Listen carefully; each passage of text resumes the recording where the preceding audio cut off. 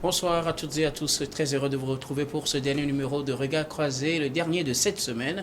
Encore 4 sujets à aborder avec nos invités. Nous parlerons d'abord du Gabon présidentiel du 26 août, une élection pipée d'avance selon Jean Ping. Nous parlerons aussi de la République démocratique du Congo, le corps d'un ancien ministre découvert criblé de balles dans sa voiture. Le Mali, l'armée dément la libération de prisonniers terroristes contre des otages maliens. Et puis nous parlerons du Togo. Éducation, Kokoroko enregistre une nouvelle année scolaire tranquille.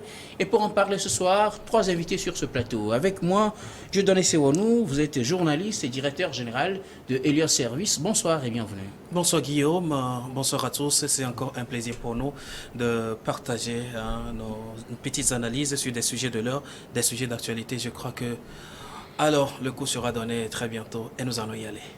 Merci. À côté de vous, Dominique Lacmont, vous êtes analyste politique et secrétaire général et porte-parole du mouvement Foi en la force du Togo 2FDT. Bonsoir Dominique et bienvenue. Oui, bonsoir Guillaume, bonsoir à chers frères ici présents. Et c'est un réel plaisir de se retrouver encore. Et bonsoir à tous les téléspectateurs et téléspectatrices de New World TV. Notre troisième invité ce soir, c'est Horus Donkovi. Vous êtes activiste panafricain. Bonsoir Horus et bienvenue. Bonsoir Guillaume, bonsoir à Dieudonné, bonsoir à mon frère, bonsoir à tous ceux qui nous suivent. C'est un plaisir et voilà. Nous attaquons notre premier sujet, direction le Gabon. L'opposant gabonais Jean Ping ne sera pas candidat à la présidentielle du 26 août prochain. Dans un entretien accordé à RFI et France 24, Jean Ping dénonce un manque de transparence. Je ne peux pas être candidat dans une élection déjà pipée d'avance. Quant à la question de savoir s'il soutiendra un candidat de l'opposition, il a dit ne pas avoir de préférence. Alors on prend les mêmes, on recommence au Gabon. Nouvelle élection en vue, des contestations. L'opposant historique Jean Ping aussi conteste, il ne sera pas candidat au Horace Donkovi. Bon, alors, mais moi je dirais que peut-être c'est dommage pour les Gabonais, mais dommage pour les Gabonais dans le sens où ils n'ont pas un renouvellement de la classe politique et que, à mon sens, il n'y a aucune alternative qui se présente. Monsieur Jean Ping ne se présentera pas, effectivement, il l'affirme. Mais après, toujours est-il que Ali Bongo reste son beau-frère. Ouais. Ça reste la famille, ça reste le PDG. Et même ceux qui se présentent, à l'instar de Monsieur Chambrier, sont des caciques du PDG. Donc pour le peuple gabonais, c'est du déjà vu, c'est de la gestion déjà expérimentée. On a expérimenté la gestion de Monsieur Bongo Père, on a expérimenté la gestion de Monsieur Jean Ping, on a expérimenté la gestion de Monsieur Chambrier, on a expérimenté la gestion de tous les caciques du PDG qui sont passés à l'opposition. Et donc, au niveau de la classe gabonaise, il n'y a aucun renouvellement et il n'y a pas d'option. Il n'y a pas de d'autres possibilités. On n'a pas de présentation d'autres hommes, d'hommes nouveaux, de nouveaux discours. Ce sont les mêmes figures qui reviennent depuis, mettons, 40 ans. 40 ans, Monsieur Jean Ping est là, ça fait un bon moment. Monsieur Chambrier, c'est la même chose. Ce sont des... Voilà, et donc c'est dommage pour le Gabon parce que c'est un pays africain, parce que c'est un pays, comment dirais-je, avec une jeunesse dynamique et que malheureusement à cette jeunesse-là, on n'offre aucune alternative. On ne lui laisse même pas le droit de citer. Les gens se sont inscrits sur les listes électorales. Mais après, le discours reste le même.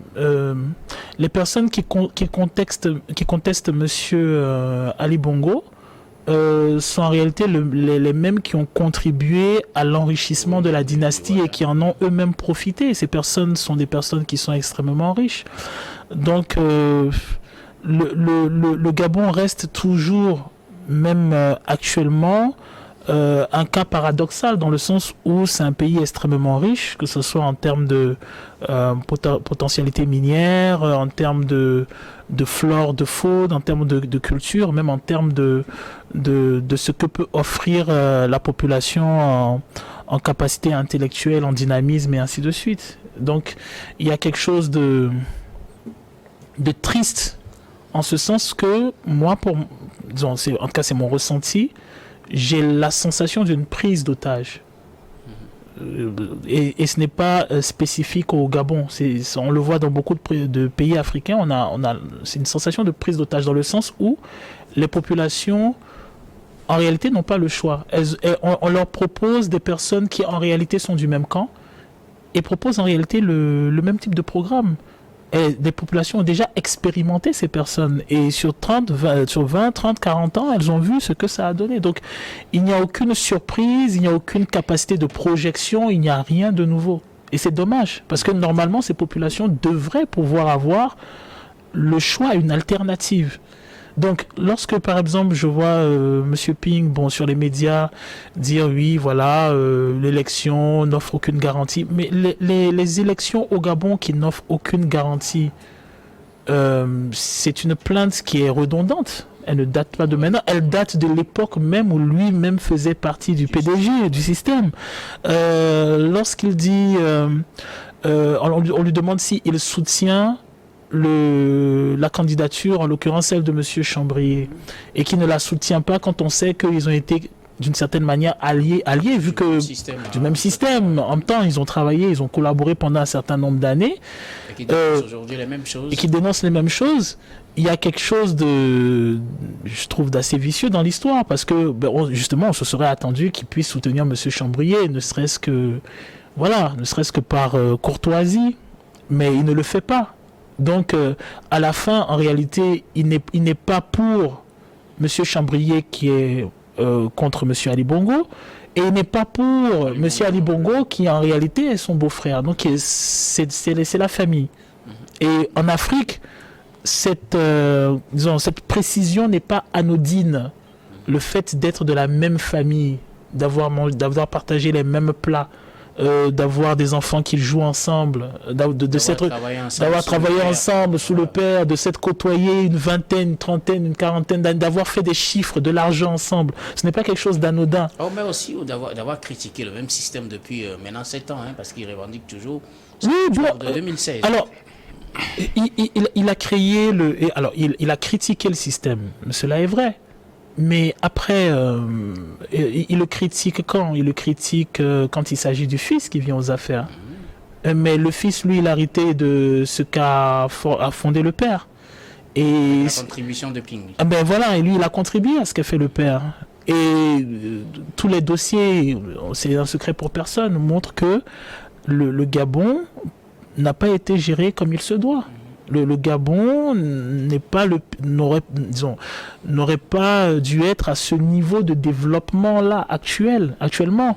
Donc il peut dénoncer pendant 7 ans, mais en réalité, que ce soit lui ou que ce soit Chambrier, ils sont quand même tributaires de tout ce qui s'est passé. Ils ne sont pas innocents à tout ce qui s'est passé. Okay. Voilà. En tout cas, merci. Et Auris, peut-être nous y reviendrons tout à l'heure. Dieudonné Seonou, l'opposant historique, le plus connu, Jean Ping, dit qu'il ne participera pas aux élections du 26 août prochain au Gabon. Et moi, je suis tenté de poser la question, et puis après Pourquoi Et puis après, parce que, comme le disait tantôt Auris, c'est du déjà vu. C'est du déjà vu, pas seulement dans la fourchette gabonaise, mais dans la fourchette africaine parlant du continent. Mais n'est-ce pas normal aussi de dénoncer des élections qui sont mal organisées dans les pays africains? Des élections mal organisées, oui, dénoncer, mais refuser... Et ne pas s'associer à des mascarades électorales. Non, mais écoutez, ce n'est pas le fait de refuser d'aller aux élections, de ne pas participer aux élections, qui dénote qu'on ne s'associe pas à ce que vous appelez la mascarade. On aurait contribué à cela depuis des années. Ce n'est pas aujourd'hui refuser de les sarder en refusant de participer à ces élections qui créent quelque chose de nouveau. Alors, quel est l'intérêt pour la population gabonaise?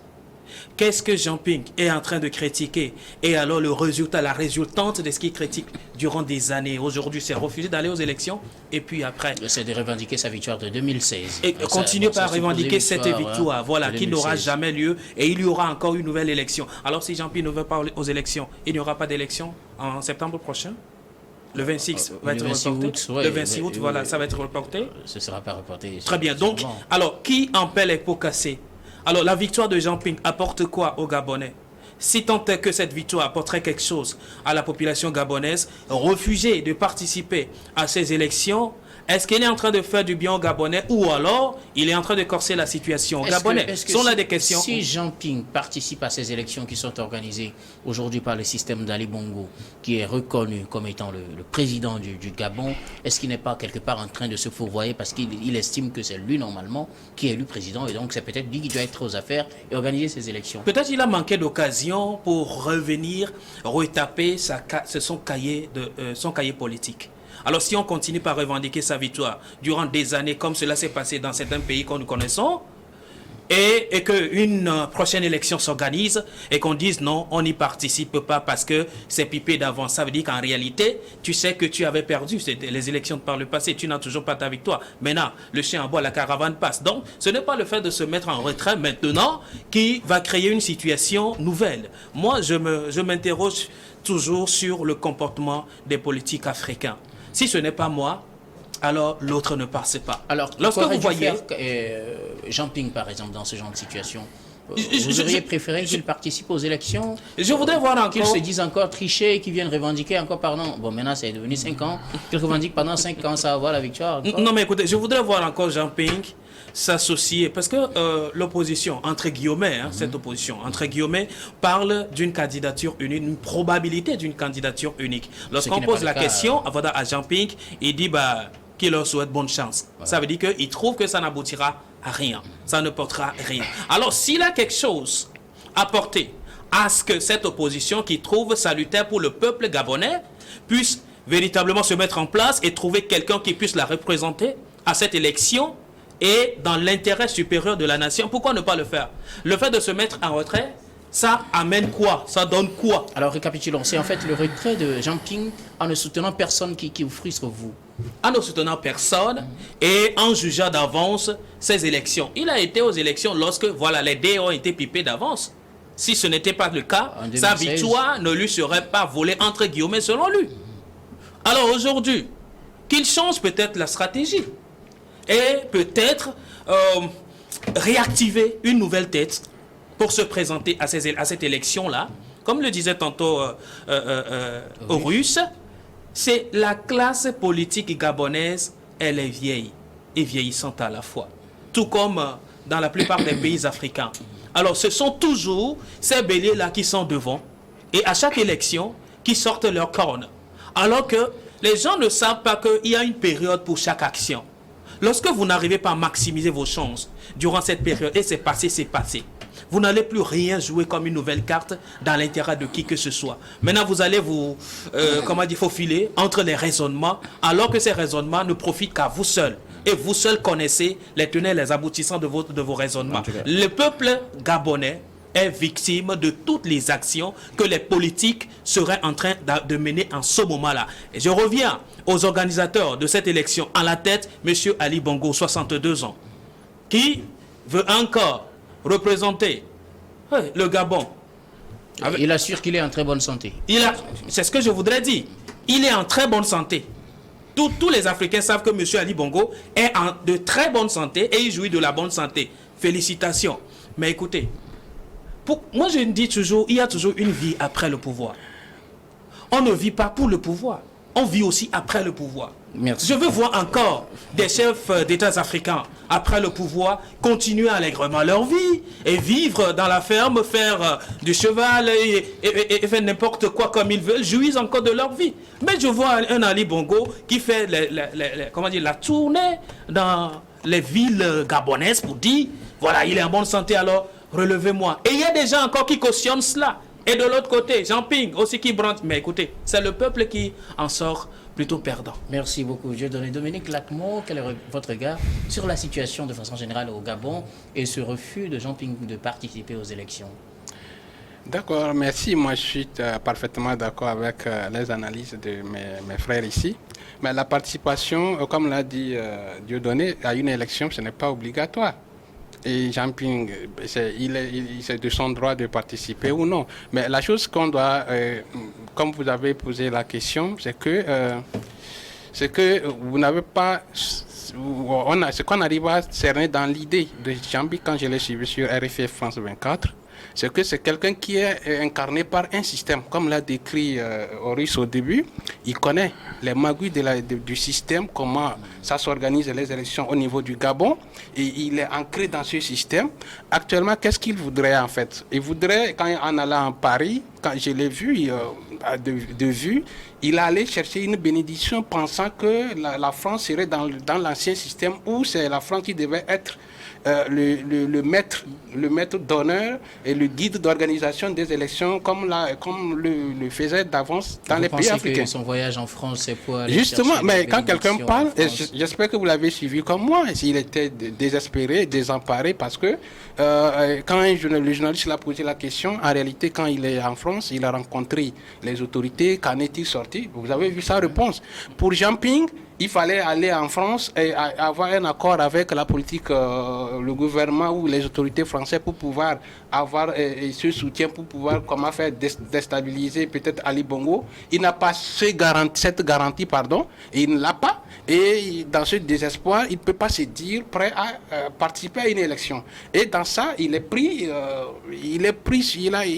du surcoût, il n'a plus d'alternative. Il est désespéré. Et quand voilà même à la question, on lui pose maintenant, quand lui, il estime qu'il ne peut pas participer aux élections, mais ceux qui sont en face de lui, ses amis d'hier, mais il dit non, il les souhaite bon vent, il n'a pas de prise de position, et d'ailleurs même, il ne peut pas prendre la position, comme l'a dit Horace, un beau-frère qui est à côté, qui est président, qui a la manette actuellement, avec des amis d'hier qui sont du même clan. Vous savez, la politique... Le choix est difficile. Le choix est difficile pour lui-même. Et lui-même, donc ça veut dire que c'est quelqu'un, un politicien égoïste en fait, que moi j'ai vu, qui est animé par son propre intérêt en fait. Qui sont l'intérêt comme l'a décrit les autres, les politiques gabonais, c'est leur propre intérêt. Sinon nous avons un petit pays, comme on le dit, avec d'immensité, de richesse que tous les grands pays n'en ont pas, avec une petite population.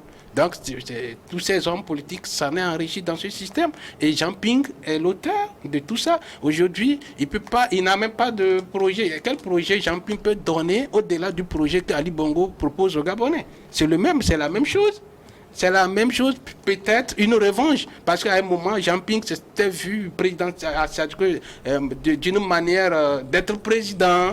Et il était animé par cette folie de diriger le Gabon par tous les moyens. Vous avez vu ce qu'il a enclenché en 2016, quand, à l'issue des élections. Lui qui connaît dans le système que même quelles que soient les élections, il ne pouvait même pas battre Ali Bongo qui était au pouvoir. Il le sait très bien parce que tout le monde le sait qu'il ne pouvait pas battre Ali Bongo, mais il a participé, mais il a profité de ce soutien qu'il avait au niveau du Gabon pour mettre tout ce qu'on a suivi en 2016. Aujourd'hui, c'est que, comme l'a dit les frères, le Gabon est pris en otage par un groupe de personnes, et il n'y a pas de variété de personnes, et je pense que ça donne raison à Ali Bongo, comme voulait dire mon frère Dieudonné ici, que même si sa santé reste fragile, tous ceux qui sont en présence, qui sont en face de lui, n'ont même pas une alternative crédible ou qui peut proposer au peuple gabonais. Et ça donne raison aux partisans d'Ali Bongo de lui représenter encore comme candidat. Est-ce que c'est vraiment une raison pour pousser Ali Bongo à être encore candidat? Mais si ce n'est pas Ali Bongo, mais ça doit être qui en fait? Mais il y a plein d'opposants, il y a plein qui est l'opposant dans ce plein de leaders dans le système. PDG même qui pourra se présenter. C'est qui l'opposant? Le beau-frère d'Ali Bongo? Je ne sais pas à moi de citer, vous connaissez non, c'est ce que je demande. Même dans le PDG, est-ce qu'il n'y a pas de personne? D'abord, regarde comment l'opposition la part déjà. Une opposition désunie, divisée. Donc, et devant un peuple, même si on aspire à un changement de personnes, comme on l'a dit, vous avez en face des gens qui n'ont même pas qui ne proposent rien de concret par rapport à ce que vous estimez qui n'est pas bon. Mais il vaut mieux continuer avec ce que vous avez déjà sous la main que de tenter le mal. Merci. Guillaume, il faut dire pour finir que la classe politique africaine en général est malade de ses acteurs. Elle est très malade. Et donc vous voyez que c'est les mêmes choses qu'on observe un peu partout dans des pays africains. Ce n'est pas une particularité du Gabon. Voilà. Oui, moi je voulais quand même rajouter qu'il faut quand même qu'on s'entende sur quelque chose. La candidature de M. Ali Bongo n'a rien de sage. On le sait, elle mime en plusieurs points celle de Bouteflika en Algérie. Ah oui. Ben oui, c'est-à-dire voilà. Donc elle n'a rien de sage. Maintenant, ce qui est vrai, c'est que ce soit au niveau des partis politiques, au pouvoir en Afrique et au niveau des partis politiques d'opposition, on a les mêmes dynamiques, la même structuration et les mêmes germes. Parce qu'en réalité, ce qu'on fait en Afrique, c'est avoir un pseudo-parti qui n'est en fait que le prolongement d'un homme. Alors qu'en réalité, on devrait avoir un parti qui incarne une idée maîtresse dont un homme spécifique est porteur du message. Et lorsque cet homme politique porteur de ce message est déviant ou n'est pas capable d'assumer sa mission, on lui trouve au sein de ce parti un autre porteur. Et donc, cela a fait que dans le monde, en tout cas dans les autres pays, parce que l'homme incarne une vision portée par le parti, mais le parti est toujours là et l'homme change. Alors qu'en Afrique, ce qui se passe, c'est qu'une fois que cet homme-là, providentiel, n'est plus, le parti n'existe plus. Merci beaucoup, Horace. Peut-être on va y revenir. Dans la deuxième partie, nous allons marquer la pause et on vous retrouve pour la suite de ces débats.